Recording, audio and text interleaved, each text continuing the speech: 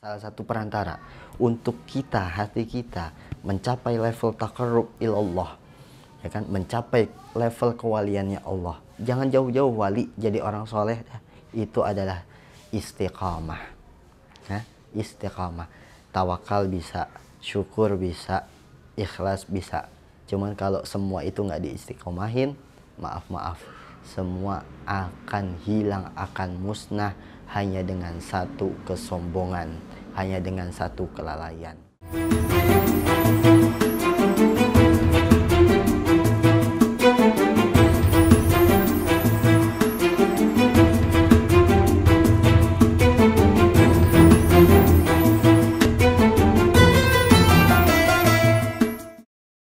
Bismillahirrahmanirrahim. Bismillah la yadurru ma'asmihi syai'un fil ardi wa la fis sama' wa huwas sami'ul alim. Bismillah tawakkaltu 'ala Allah la haula wa la quwwata illa billahil aliyyil azim. Assalamualaikum warahmatullahi wabarakatuh. Alhamdulillahirabbil alamin. Wa bihi nasta'inu 'ala umurid dunya waddin. Wassalatu wassalamu ala asyrafil anbiya wal mursalin sayyidina wa habibina wa syafi'ina wa qurrati a'yunina wa maulana Muhammadin wa ala alihi wa sahbihi wa barik wa sallim ajma'in. Allahumma salli wa sallim afdalas salati ala as'ali makhluqatika nuril huda sayyidina maulana Muhammad wa ala alihi wa sahbihi wa sallim adada ma'lumatika wa midada kalimatika kullama dzakaraka dzakirun wa ghafala 'an dzikrikal ghafilun. Qalu subhanaka la ilma lana illa ma 'allamtana innaka antal alimul hakim wa la 'udwana illa 'alal zalimin. Rabbi shrah li sadri wa yassir li amri wahlul 'uqdatam min lisani yafqahu qawli, amma ba'd. Wa qala Allah ta'ala aydan ya ayyuhalladzina amanu kutiba 'alaikumus shiyam kama kutiba 'alal ladzina min qablikum la'allakum tattaqun.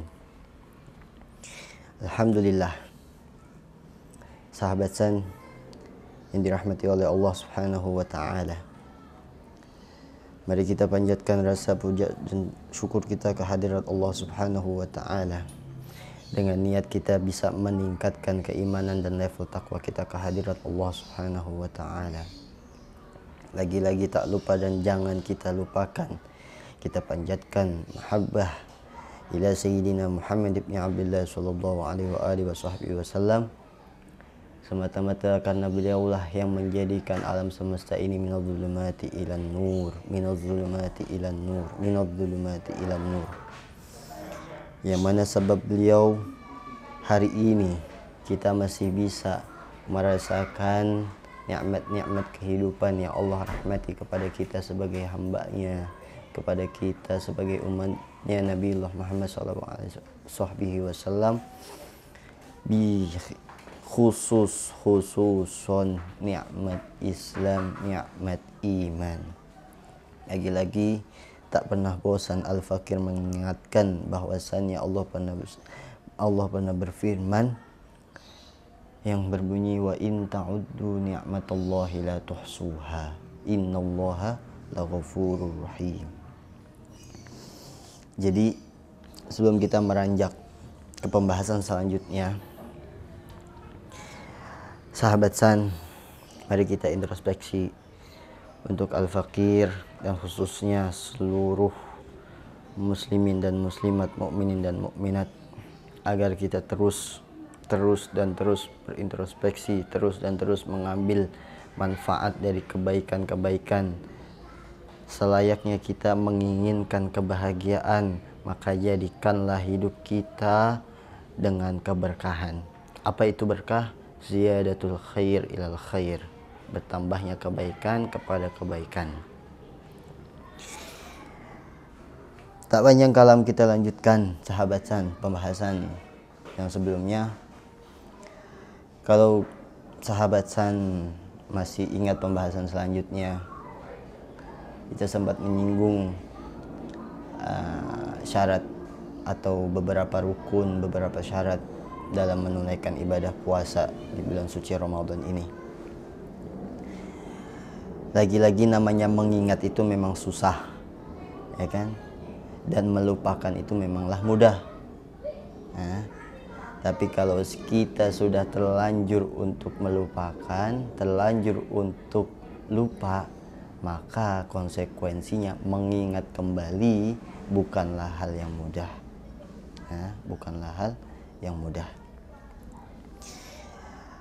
Berlanjut kepada, mungkin di sini kita sahabat San akan membahas beberapa sunnah dan adab dalam menunaikan ibadah bulan suci Ramadan, ibadah puasa ibadah puasa dalam bulan suci Ramadan, dan adab-adab dalam berinteraksi, bersosialisasi selama hidup, juga khususnya selama di bulan suci Ramadan. Allahumma sholli ala habibika sayyidina Muhammad wa ala alihi wa sahbihi wa barik wasallim ajma'in.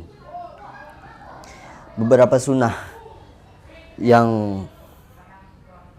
kita tahu, ya kan, yang harus kita introspeksikan, salah satunya adalah menyegerakan berbuka puasa. Menyegerakan berbuka puasa, mengakhirkan sahur, ya kan. Itu salah satu termasuk adab atau akhlak dalam menunaikan ibadah puasa. Itu sudah sempat kita singgung sahabat San, dengan hadis Nabi Muhammad SAW yang berbunyi, la tazalu ummati bi khairin ma'ajjalu al-iftar wa akharus sahur. Umatku masih tetap dalam kebaikan selama mereka mendahulukan untuk berbuka puasa dan mengakhirkan makan sahur. Nah, itulah. Jadi harus diingat ya. Ini hadisnya harus diingat. Salah satu sunnah yang Al-Fakir satukan dengan adab, jelas al-adab fawqal ilm, al-adab fawqal ilm,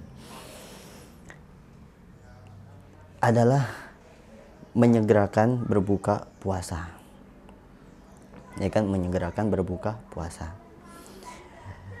Nabiullah Muhammad SAW, mungkin kita kupas sedikit tentang berbuka puasa ya sahabat San. Nabi mengajarkan beberapa jenis makanan yang dianjurkan bagi kita umatnya untuk melakukan berbuka puasa. Dalam kitab yang diriwayatkan oleh Sayyidul Habib Zain ibn Ibrahim bin Sumaid, di sini kitab Fiqhul Ibadah, ya kan, jenis-jenis makanan yang diajarkan oleh Nabi adalah berbuka dengan biji korma, dengan 3 buah biji korma, dengan 3 buah biji korma.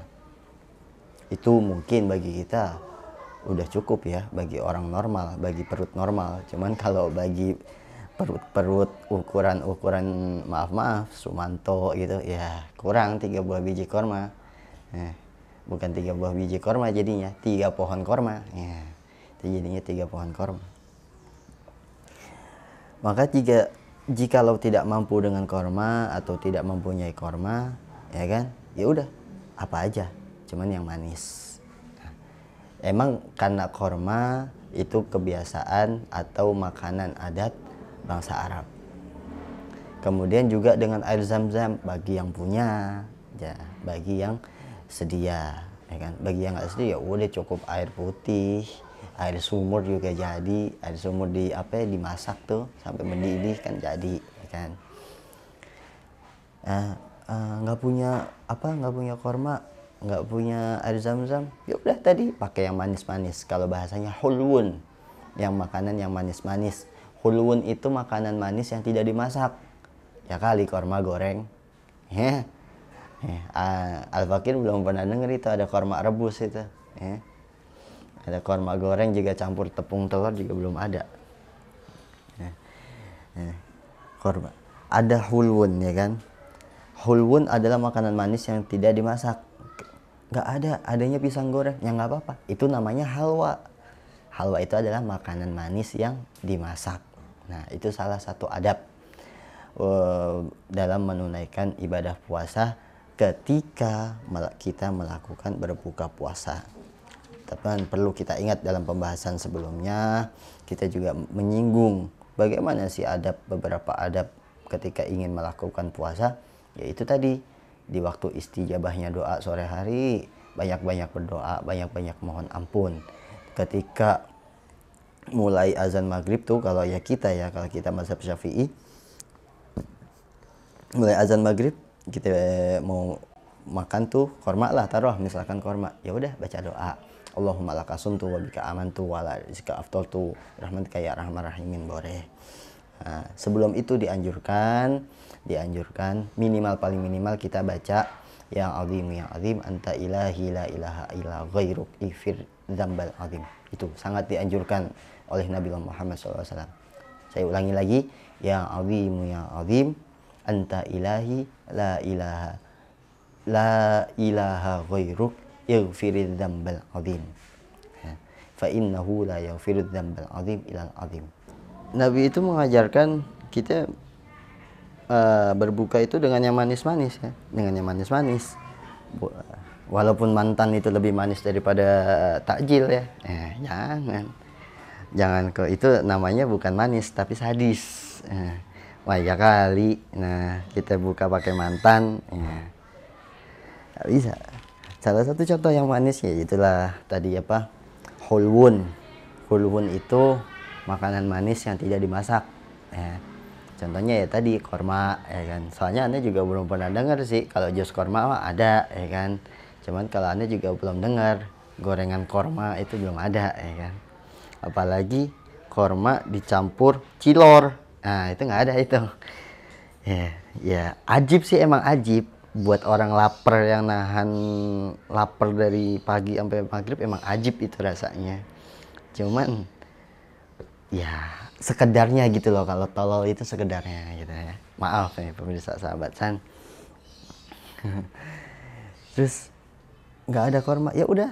Nah, pakai adanya itu apa namanya, pisang goreng. Nah, itu namanya halwa. Halwa itu adalah makanan manis yang dimasak.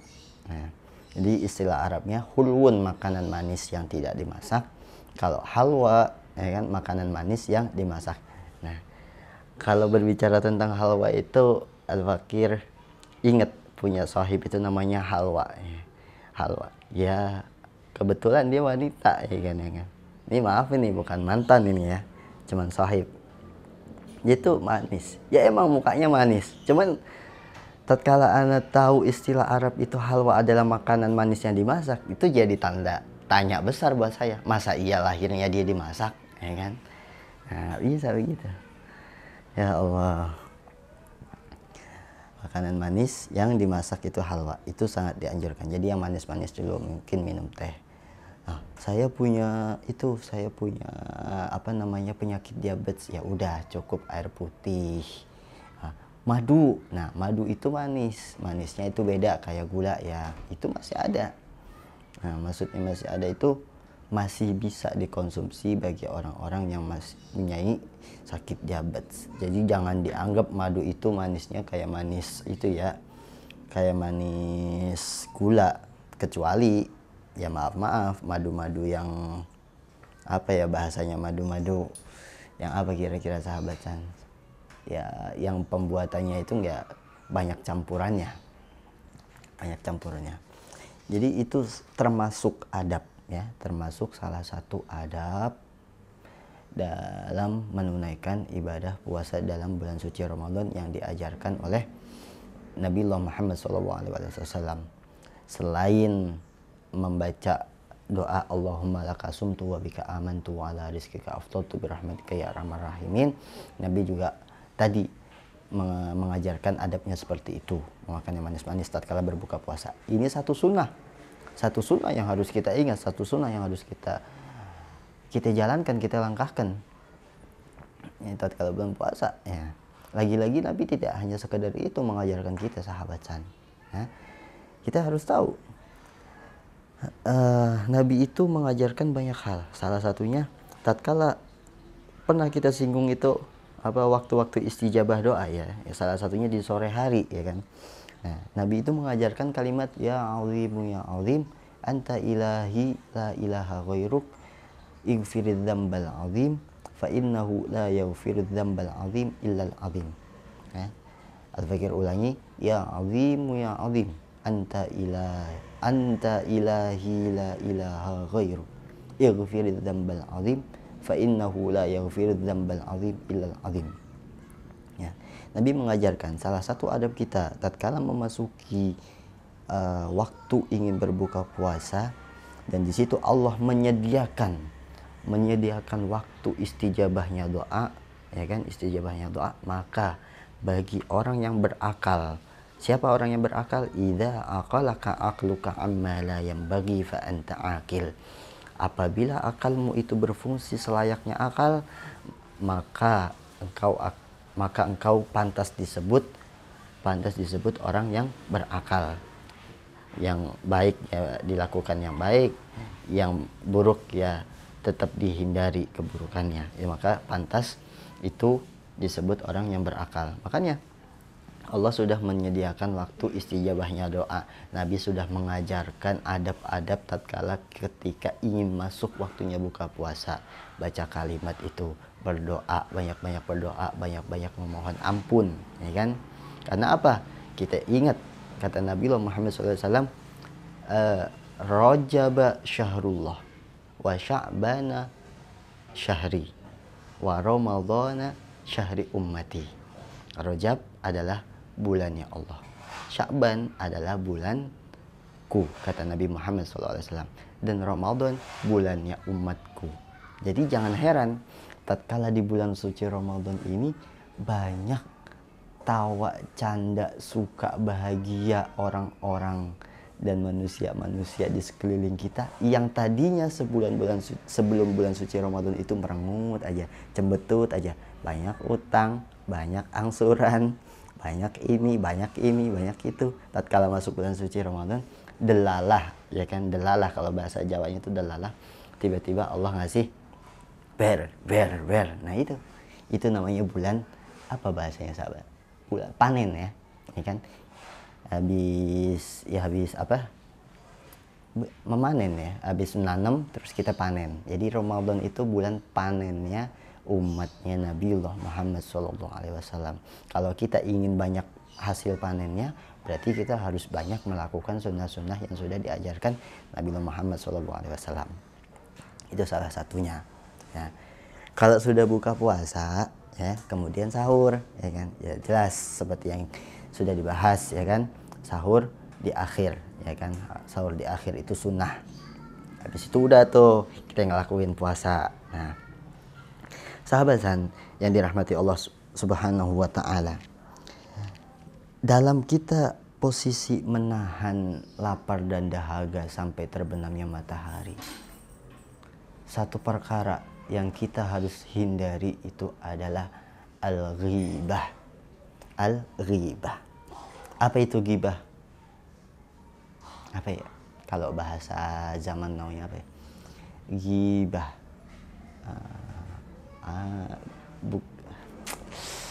Astagfirullahaladzim. Ghibah itu kalau bahasa zaman now nya itu bukan ngomongin orang, ada kok. Al-Fakir pernah ingat itu bahasa itunya. Apa tuh yang acara di TV itu kalau pagi? Gosip. Gosip. Paling enak banget, emang paling kenyang banget, emang namanya gosip.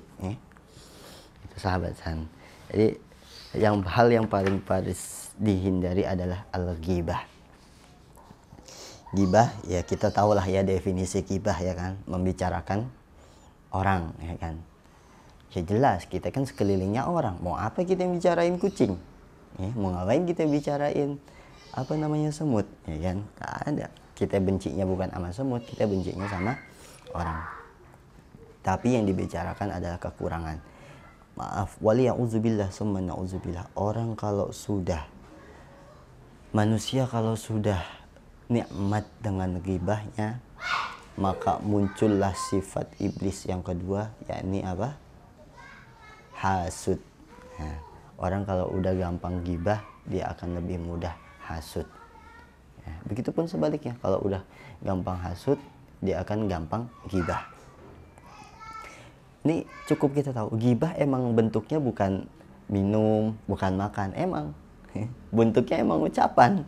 Tapi bagi ulama itu ditafsirkan layaknya makanan, layaknya minuman yang kita telan. yang kita cerna, ya kan? Dicernanya memang bukan di mulut, bukan di mana tenggorokan, tapi dicernanya di otak melalui hati, ya kan? Itu termasuk perkara yang makruh. Maaf, bukan hanya makruh, tapi juga bisa membatalkan puasa. Makanya Allah berfirman, la yuhibbullahul jahra bisu' minal qawli illa man zulim wa kana Allahu sami'an alima. Allah tidak menyukai ucapan buruk yang diucapkan dengan terus terang kecuali oleh orang-orang yang dianiaya, yang zalim. Dan Allah adalah zat yang maha mendengar lagi maha mengetahui, ya. Jadi yang dimaksud dalam sini adalah Allah tidak akan mendengar, Allah tidak akan menerima. Bukankah Allah tidak mendengar, tapi Allah tidak akan mengijabahi kalimat-kalimat buruknya manusia yang sedang menggibahkan orang lain. Karena apa? Al-kalamut doa. Ucapan itu adalah doa. Jadi bahaya, ya. Nama ya doa, kalam ya doa, ya. Semua itu bisa dijadikan doa. Tapi Allah hanya mendengar ucapan buruknya orang yang zalim. Jadi orang yang zalim itu dia jadi buruk karena sebab terzalimi. Ya. Jadi kalau kita nih, kalau kita atau sahabat San pengen ngerasa, ya kan, pengen ngerasa doanya terkabul, jangan kok berpikiran aneh nyari orang dulu biar aneh ngerasa terzalimi terus doanya terkabul. Nggak begitu juga konsepnya pemirsa, nggak begitu juga, ya kan, terzalimi, ya. Dan para ulama sepakat hukumnya ghibah adalah haram. Para ulama pun sepakat hukumnya ghibah adalah haram. Bayangkan aja, hukumnya ghibah haram, tapi tatkala dilakukan di dalam puasa itu perkara yang makruh. Ya, jelas. Ya kan? Jelas.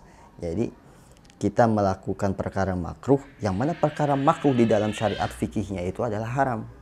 Ya kan? Jadi beda pembahasan.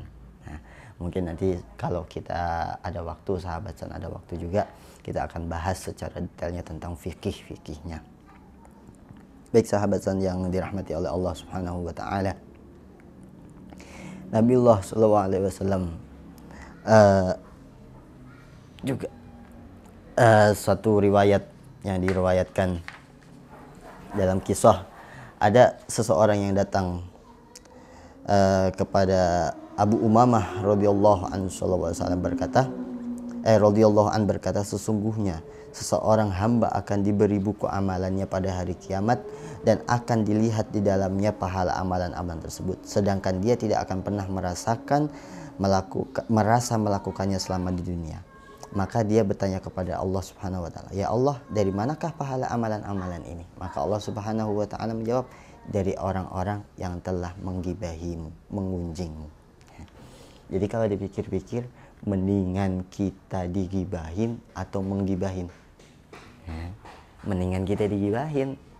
Kita pikir, kita diomongin orang, logikanya berarti nama kita terkenal nih di orang-orang di sekeliling kita. Nggak usah perlu kita posting di sosmed kalau kita pengen terkenal, nggak perlu jadi artis. Digibahin aja kita udah termasuk terkenal, ya. Digibahin itu udah termasuk terkenal. Ya Allah Subhanahu wa taala. Jadi lagi-lagi gibah itu adalah perkara yang diharapkan. Jelas para ulama bersepakat gibah adalah hal seburuk-buruknya dari keburukan, ya kan? Yakni apa yang dibicarakan itu adalah kekurangannya orang lain. Ya ayyuhalladzina amanu ijtanibu katsiran minadh-dhann inna ba'dadh-dhanni itsmun wa la tajassasu wa la yaghtab ba'dukum ba'dha ayuhibbu ahadukum ayyakula lahma akhihi maitan fakarihtumuh wattaqullaha innallaha tawwabur rahim. Wahai orang-orang yang beriman, ya, bukan yang berislam. Lagi-lagi, wahai orang-orang yang beriman. Jadi kalau merasa beriman, ya berarti kita termasuk di dalam ayat ini. Cuman kalau kita merasa imannya masih kurang, ya kan, cuman kita pernah syahadat, pernah melakukan rukun-rukun iman, ya berarti juga termasuk. Walaupun pada dasarnya hati kita merasakan iman kita kurang. Wahai orang-orang yang beriman, jauhilah kebanyakan dari prasangka, ya kan? Sesungguhnya sebagian prasangka itu adalah dosa, prasangka buruk. ya. Dan janganlah kalian mencari kesalahan orang lain. Nah, ini sifatnya para karyawan nih, para karyawan yang caper sama atasan nih. Itu nggak bisa nyari-nyari kesalahan temennya demi sepeser, demi sepeser nominal. Ya Allah, na'udzubillah. Dan janganlah sebagian dari kalian menggunjing yang lain. Apakah salah seorang di antara kalian suka makan daging saudaranya yang telah mati? Jadi maaf sahabat yang dirahmati oleh Allah. Tatkala kita merasakan nikmatnya ghibah, disitulah kita memakan daging, ya kan? Kita daging, orang lain daging, kawan kita yang kita gunjingin daging, ya kan? Kita udah punya daging, kita nggak mungkin dong secara zahirnya makan dagingnya manusia, ya kan? Tapi secara hakikahnya tatkala kita melakukan ghibah, tsumma na'udzubillah min dzalik, kita sudah memakan dagingnya itu saudara kita. Sampai sebegitunya ulama menafsirkan bahayanya ghibah, mahdaratnya ghibah, ya kan? Na'udzubillah tsumma na'udzubillah, sampai segitunya. Makanya di akhir ayat ini, innallaha tawwabur rahim, sesungguhnya Allah Maha menerima taubat. Sahabat yang dirahmati oleh Allah Subhanahu wa taala. Ya. Ada mungkin satu lagi perkara makruh, ya, makruh, cuma tidak mendekati haram. Tatkala kita sedang melakukan ibadah puasa, baik itu puasa sunnah maupun puasa wajib Ramadan. Salah satunya adalah ini khusus bagi para kaum wanita, yakni apa? Menggunakan celak. Celak itu kalau bahasa kitanya apa ya? Sifat mata, ya kan? Itu makruh hukumnya. Nah, makanya Nabi mengajarkan la taktahil bin nahar wa anta shaim. Iktahil lailan bil ithmidi fa innahu yajlu al basar wa yumbitu sya'ra. Rawahu ad-Darimi. Janganlah engkau memakai celak atau sifat mata pada siang hari sedangkan kamu dalam keadaan puasa. Wa anta shaim. Iktahil lailan bil ithmidi.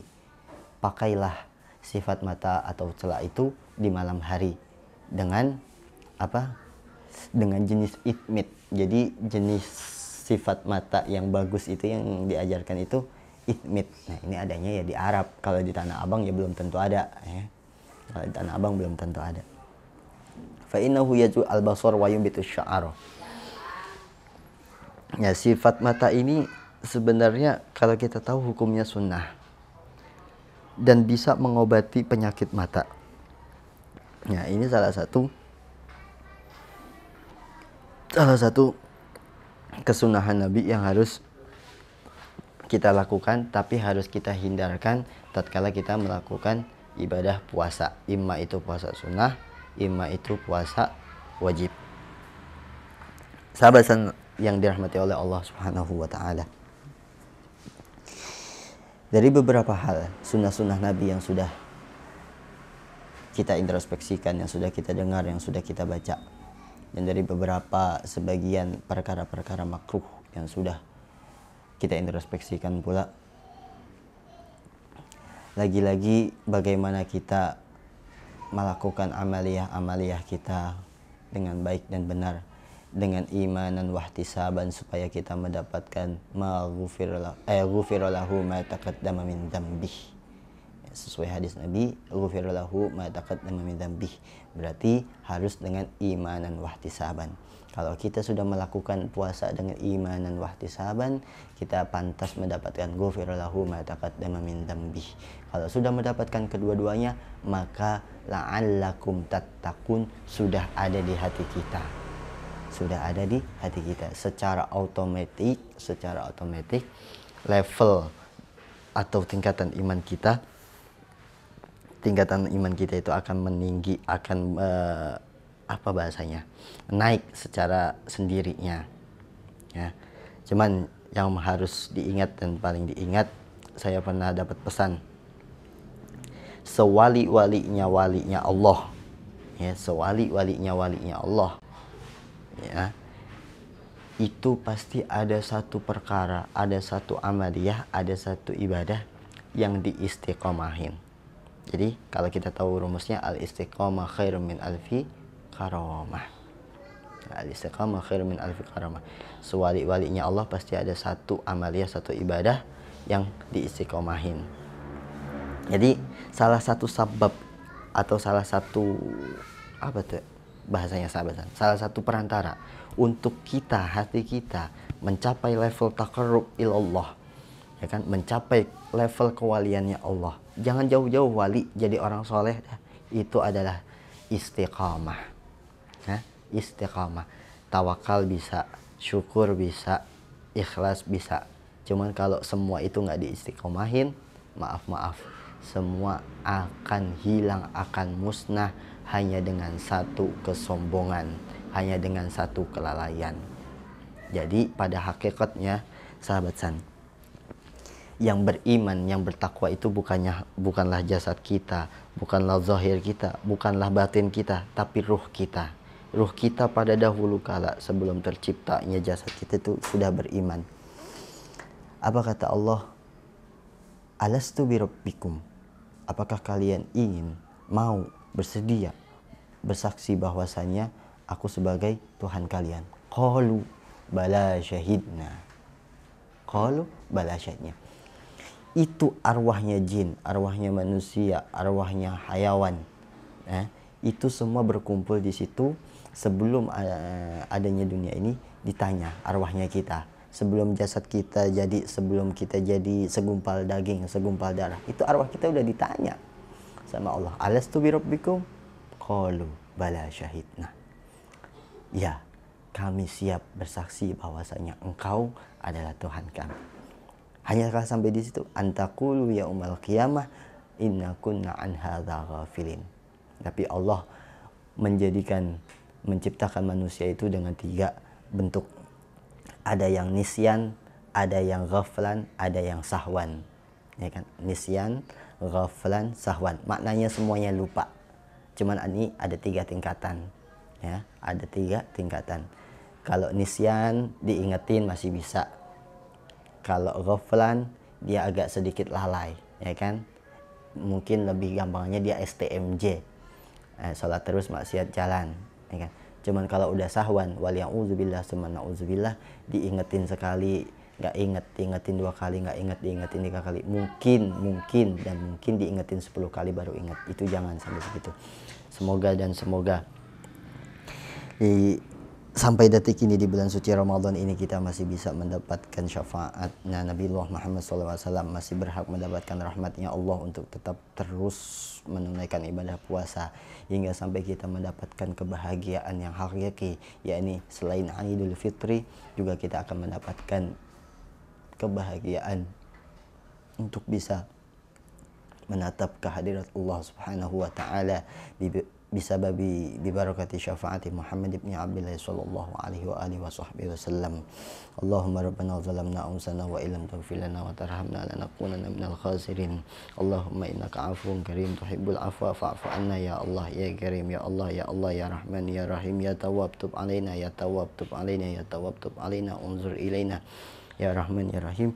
Jazallahu anna sayyidina Muhammadan sallallahu alaihi wasallam ma khaira. Jazallahu anna sayyidina Muhammadan sallallahu alaihi wasallam ma tayyiban mubarakan fi. Jazallahu anna sayyidina Muhammadan sallallahu alaihi wasallam ma huwa ahlu bi fatika subhana rabbika rabbil izzati amma yasifun wa salamun alal mursalin walhamdulillahi rabbil alamin.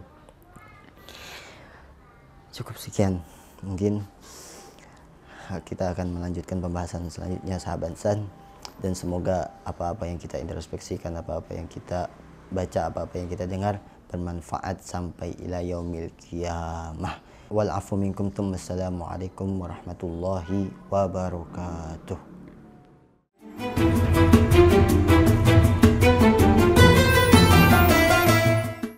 Assalamualaikum warahmatullahi wabarakatuh. Puji syukur kehadirat Allah Subhanahu wa taala, sahabat San yang dirahmati oleh Allah. Umumnya untuk para kaum muslimin, muslimat, mukminin dan mukminat, saksikan terus, pantengin terus, ya. Kalau pandangin terus, ya kan, jangan sampai absen amaliyah kebaikan yang ada di Istana San. Itu salah satunya, ya kan. Kalau sahabat San atau semuanya sudah tombol klik tuh yang merah tuh, kalau bahasanya orang-orang subscribe, habis itu diamalkan, di share, habis itu juga di like, insya Allah kita sama-sama masuk surga. Amin amin ya rabbal alamin. Wal afu minkum, ihdinas siratal mustaqim, wa thumma assalamu alaikum warahmatullahi wabarakatuh.